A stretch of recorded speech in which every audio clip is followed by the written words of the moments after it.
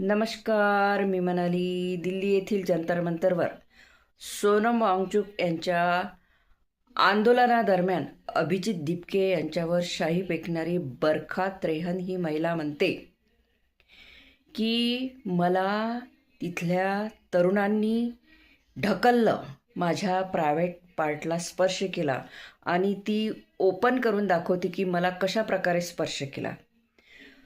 मी रामाचा झालेला अपमान मला सहन झाला नाही म्हणून मी तिथे गेलेली होती. बाई ग, तू तिथं रामाचा अपमान झाला म्हणून गेलेली होती, मग शाई कशी काय तू घेऊन गेली? आणि आता जाहीर सांगते की तिथल्या तरुणांनी तुझ्या प्रायव्हेट पार्टला स्पर्श केला. तुला लाज नाही वाटत अशा प्रकारची स्वतःची बदनामी करून घ्यायला?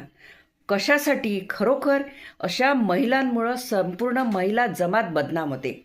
ह्या अशा घाणेरड्या महिलांमुळं. स्वतः दोषी असताना तिथल्या तरुणांना बदनाम करणं ही कितपत योग्य आहे? अशा ह्या महिलांना खरं हाकलून द्यायला पाहिजे.